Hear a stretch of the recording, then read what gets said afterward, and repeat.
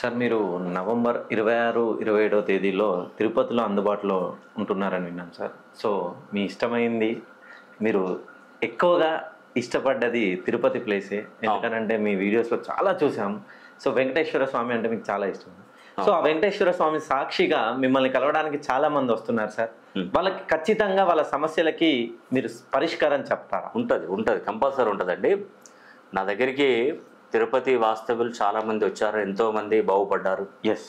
మళ్ళీ నేను నవంబర్ 26, 27వ తారీఖులో నేను తిరుపతి మహానగరానికి వస్తున్నాను. చాలా సంతోషం అండి. ఎందుకంటే నేను అనుకుంటాను, ఆ భగవంతుడు, ఆ వెంకటేశ్వర స్వామి, ఆ ఏడుకొండల వాడు ఎవరికైతే కష్టాలలో ఉంటున్నారో వాళ్ళని నా దగ్గరికి పంపిస్తున్నాడు ఇప్పటివరకు. ఓకే.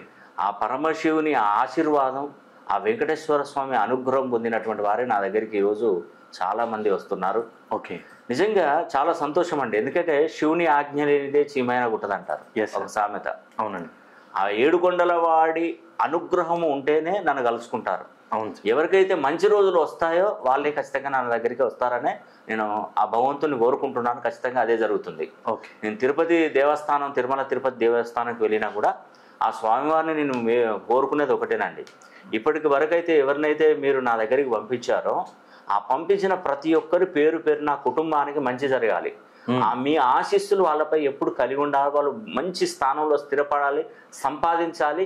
వాళ్ళే 10 మందికి సహాయం చేసే శక్తి వాళ్ళకి కలగాలి. కల్పించు భగవంతుడా అని చెప్పేసి నేను ఆ భగవంతుని కోరుకుంటున్నాను. కాబట్టి ఆ స్వామివారి అనుగ్రహం ఎల్లవేళలా మీ కుటుంబంపై, మీ పిల్లలపై, మీ కుటుంబానికి ఆ స్వామి రక్షగా ఉంటాడు.